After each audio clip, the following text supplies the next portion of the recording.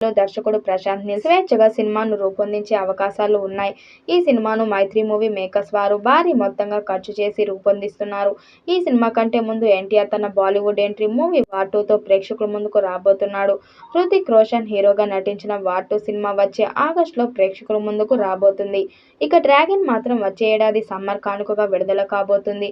ప్రస్తుతం హైదరాబాద్లో ఈ చిత్రం కోసం వందే మాతరం పాట షూటింగ్ జరుగుతుంది.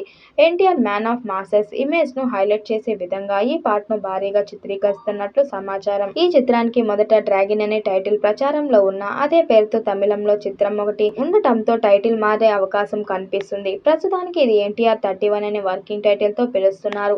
కథానాయికగా కన్నడ స్టార్ రుక్మిణి వసంత్ ఎంపిక అయ్యారని వార్తలు వినిపిస్తున్నప్పటికీ అధికారిక ప్రకటన ఇంకా రావాల్సి ఉంది.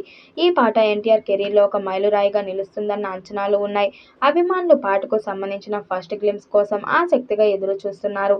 రవి బస్రూ సంగీతం అందిస్తున్నారు. త్వరలోనే టైటిల్తో పాటు మొదటి పార్ట్ను విడుదల చేసేందుకు సన్నాహాలు చేస్తున్నారు.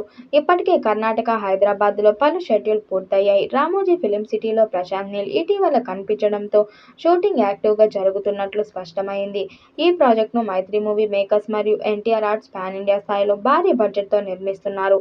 విడుదల తేదీని 2026 జూన్ 25గా ఫిక్స్ చేశారు. ఎన్టీఆర్ కెరీర్లో భారీ యాక్షన్ మూవీగా వస్తుంది డ్రాగన్. ఎన్టీఆర్ 31 మూవీకి స్టార్ దర్శకుడు ప్రశాంత్ నీల్ దర్శకత్వం వహిస్తున్నాడు. ఇటీవల ఈ సినిమాకు సంబంధించిన ఓ లాంగ్ షెడ్యూల్ చిత్రీకరణ కర్ణాటకలో జరిగింది.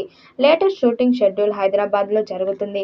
ఈ షెడ్యూల్లో భాగంగానే ఎన్టీఆర్ పై ప్రస్తుతం ఓ సాంగ్ ని చిత్రీకరిస్తున్నారట మేకర్స్. ఈ సాంగ్ స్క్రీన్ పై విజువల్ గా అద్భుతంగా ఉంటుందని ఫిలిం నగర్ సమాచారం.